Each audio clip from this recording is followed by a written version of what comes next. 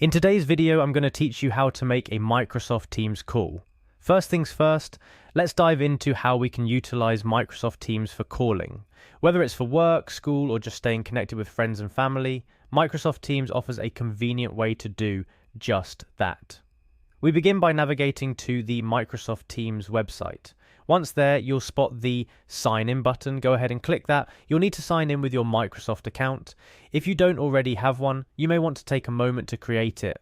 Otherwise, simply log in with your existing account credentials. Once you've successfully signed in, you'll find yourself on the main dashboard of Microsoft Teams.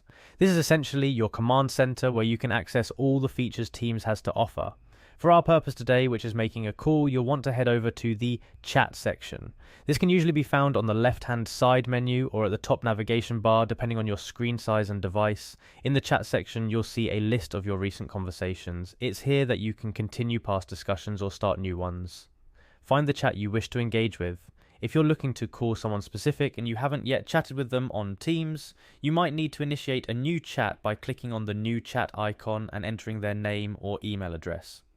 Now, for the moment, we've been prepping for making the call.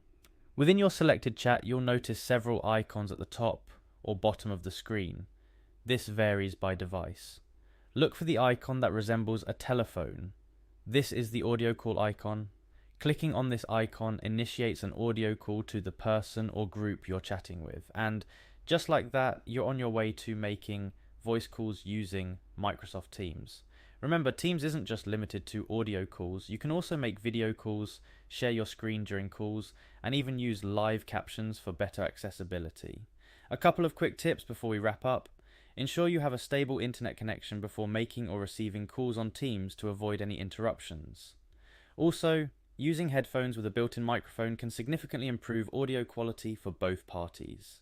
That's all for today's tutorial on making a Microsoft Teams call.